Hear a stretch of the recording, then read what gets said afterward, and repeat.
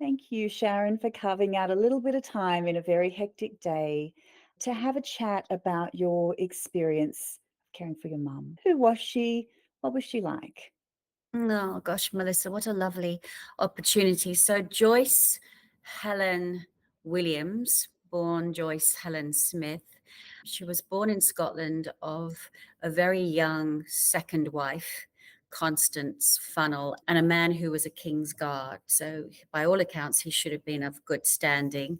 According to what I've heard, she was found in a cupboard when she was 6 and put into care in a children's home. She'd been abused. Her mother had died giving birth to her, and therefore she was brought up in a children's home, but born in Scotland, but transferred for some reason to a children's home in Coventry. So she was then fostered out by wealthy elderly parents when she was about 12.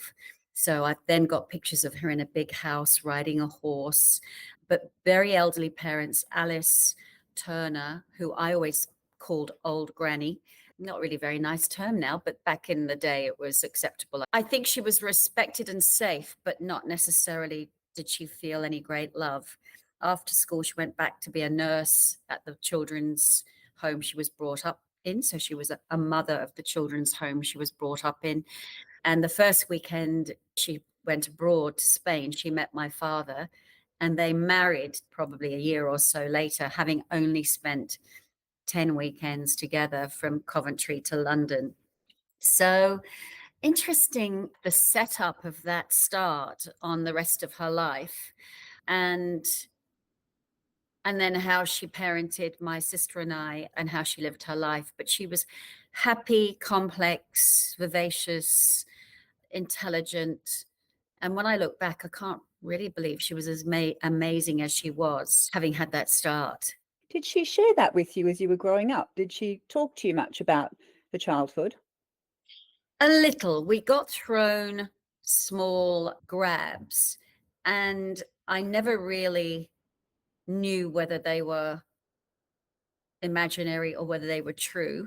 I never really got the whole picture. And also, I don't think as a child really wanted to know that Yeah. picture. You don't want to know what your parents have been through that was unpleasant, or maybe it was just the timing of when she said things that I didn't find easy. Granny died when I was about 16, 17, I think, maybe a bit older. And she lived in an old people's home. And I didn't see her more than maybe once a year Mm. because travel was so difficult. Mum didn't drive, trains were expensive. Mum was a single mother. She and dad divorced when I was 6, so there wasn't much money. So, yes, interesting times. Very interesting history. And you and your mum were really close, weren't you? I've seen some beautiful photos of you and your mum and your kids. And yeah, there seems to be a lot of love. Yes, there was. And a lot of complexity, a lot of love, a lot of neediness, a lot of guilt, a lot of power, a lot of control, and then great freedom and emancipation. And mum always used to say, get the education that you need to have the choice to either sweep roads or be a doctor. She said, I don't care what you decide. I want you to be happy, but I want you to get the education for either. Then there was someone that was going through a terrible divorce, had her own insecurities, was getting up every day, doing a very big job. She was head of personnel always in factories. So Nestle, Lion's Maid, she ran recruitment agencies. So she had a powerful job in the day and then came home to my sister and I, barely able to pay bills. Evidently, my father very rarely paid maintenance.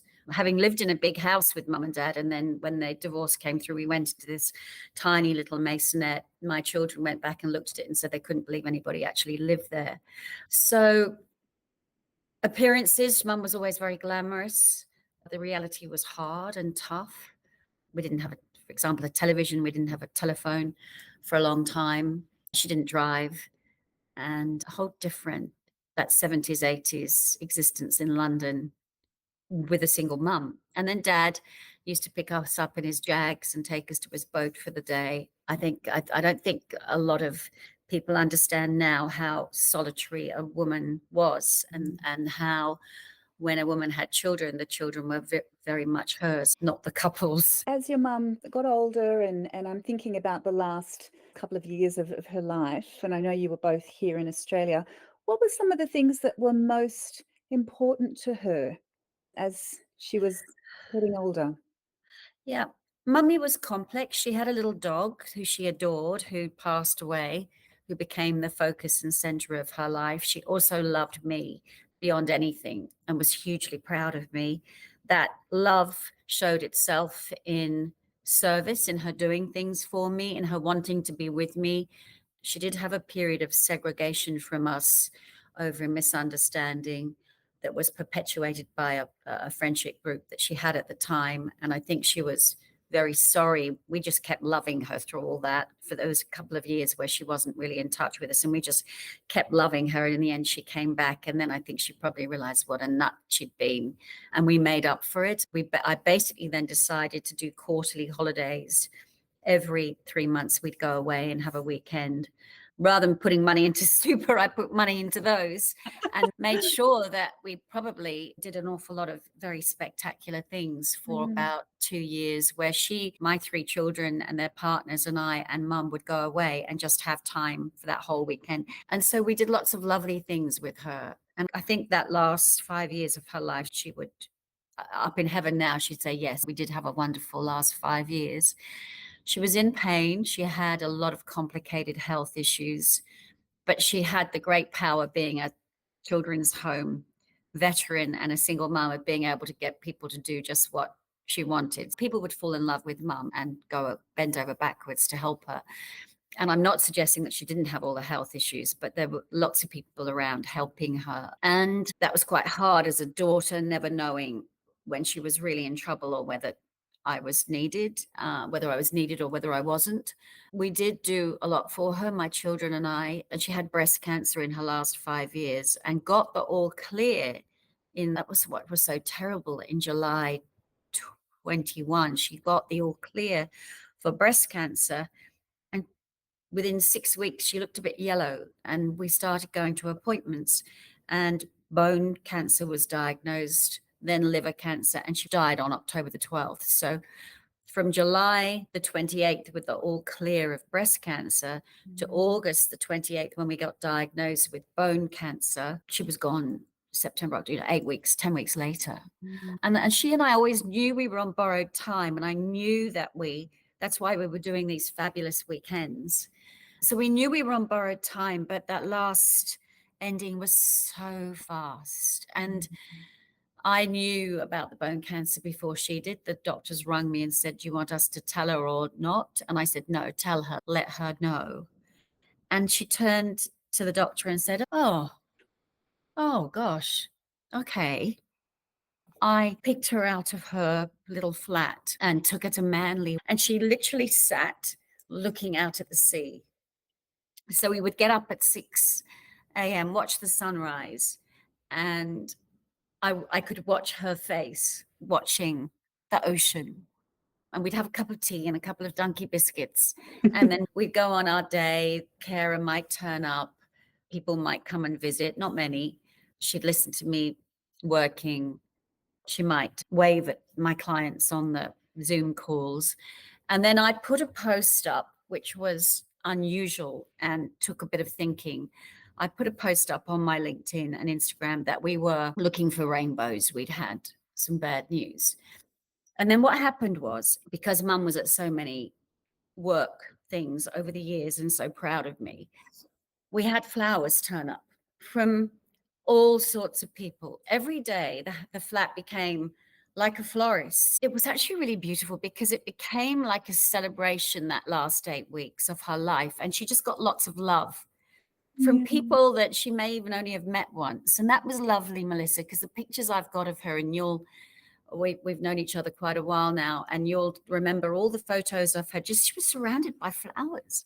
Yeah. And why would you send flowers at the wake and the funeral? She had them all in In those her last months. last 8 weeks. And the vicar came, people came. Her last meal was my friend Michael turning up with oysters, prawns, And her last mouthful was actually an oyster and a prawn and a tipple of champagne. I think probably the biggest blessing, and you'll feel this from your own experience, is that she was at home with me. I've heard threads of that story before, but I don't think I'd appreciated how fast that all happened for you and your mum and Yes. your family. How did you manage to keep her at home? What did you have to talk about and plan for? And how was that for you as her daughter and her primary carer? Yeah. I think for me, it was a privilege. Mm. For me, it was not knowing what was going to happen. I had no idea I was going to lose her in 8 weeks. I thought it might be months, or maybe even a year. So I was looking at a future. I wasn't looking at 8 weeks. Yeah. I was looking at the best care for her, making sure I was calling people, trying to understand what the doctors were saying, the conflicting advice, knowing that I would make different decisions to she was making decisions. She was on a lot of medication. I wouldn't have chosen that way. She had doctors that had been with her forever, who knew her, who were almost like daughters and sons, who were advising her. And I had to make sure that I didn't imprint my views on it, and that I Mm. let her have the ending that she wanted, or not the ending, the treatment that she wanted. Had no idea I was going to lose her in 8 weeks, and was thinking more of the fear of losing her to an old people's home. She actually ended up going into palliative care 48 hours before she died, which is extraordinary. And I was with her in palliative care, lying next to her in that period. And there were people in there that had been in there waiting to die for 6 months. And I thought, oh my gosh, how lucky am Yeah. I Yeah. that this is all so fast. You had all those weeks at home with all that love and all those flowers.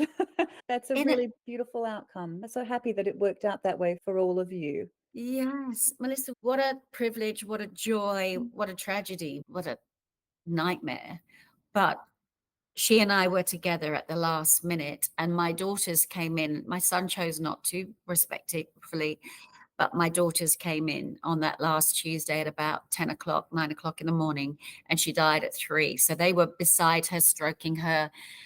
The music was playing, candles. So it was a very wonderful end for a woman who was ending with the only family she had alive were around her. And on the Sunday, she'd started, this is too much information, but she'd started vomiting on the Saturday night. And Michael and I laughed. We said, oh my gosh, we've given her a bad prawn or an oyster.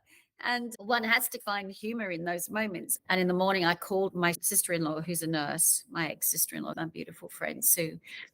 And I said, what do I do? She said, call the ambulance. In the end, I called a whole load of numbers, palliative care, all the doctors. It was a Sunday morning, and I got paramedics out.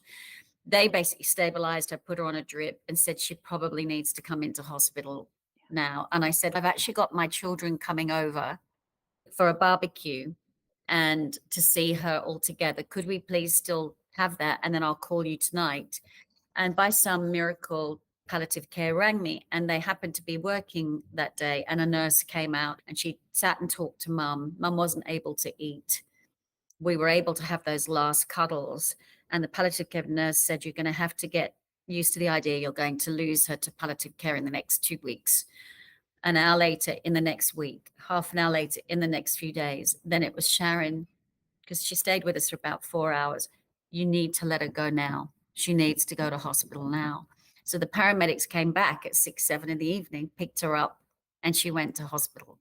So I packed bags thinking I was leaving my flat for weeks, months. I had chargers, I had laptops, I had screens in the car. I packed everything up. I Mm. rang people to look after the plants, and I thought that I would be with her in palliative care for months or weeks. And yet, when I arrived there on Monday morning, she was a different person. She was in shutdown. She was absolutely in shutdown and could barely speak. She could smile. She could recognize me, but she was absolutely in shutdown. And she went into shutdown from that Monday morning to Tuesday afternoon. Exhausting to anyone listening, exhausting. Emotionally exhausting, practically exhausting, and still happening very fast. Yeah, and Yeah. physically exhausting. I mean, I remember I'd been with her in for 4 hours as she was dying, and I remember thinking, "I can't eat, can't go to the toilet, I can't leave her." Yeah. Yeah. Um, when she died, I know I'd lost about 8 kilos in that 8 weeks, so I had lost weight. Um, but I do think that it was beautiful.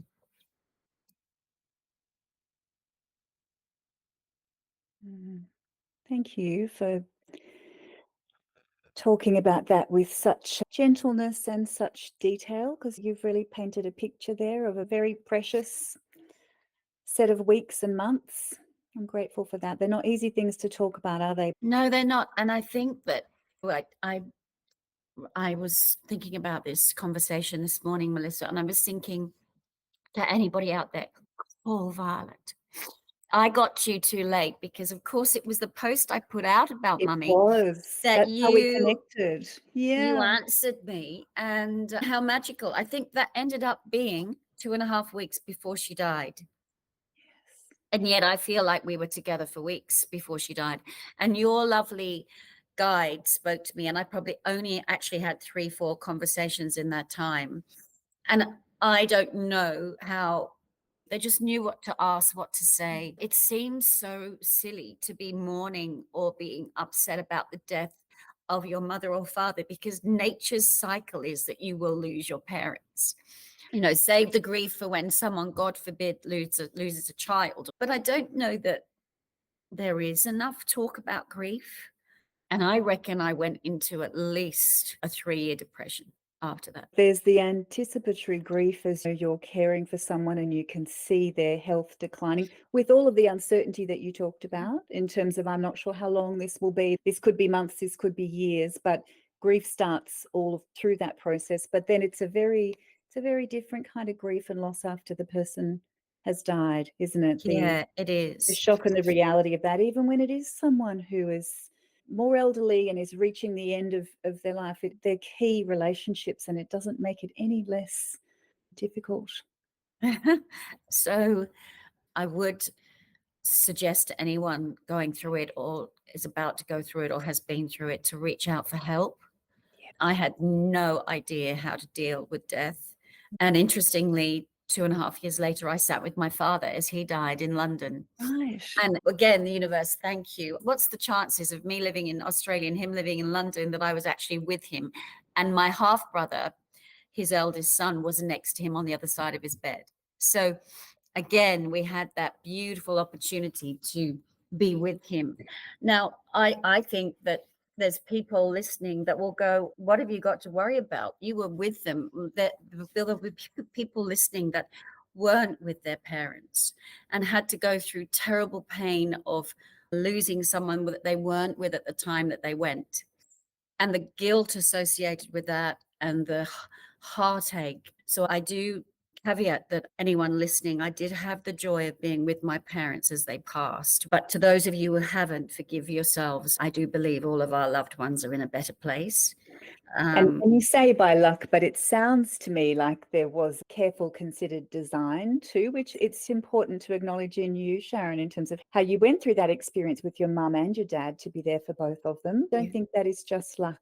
I think that Yeah. that's a measure of who you are and how you approached those situations. I think that more needs to be done to help people cope with grief. Because my managing director, Sam, who I absolutely adore, she said, I've seen you go through cancer. I've seen you go through traumatic times with your health.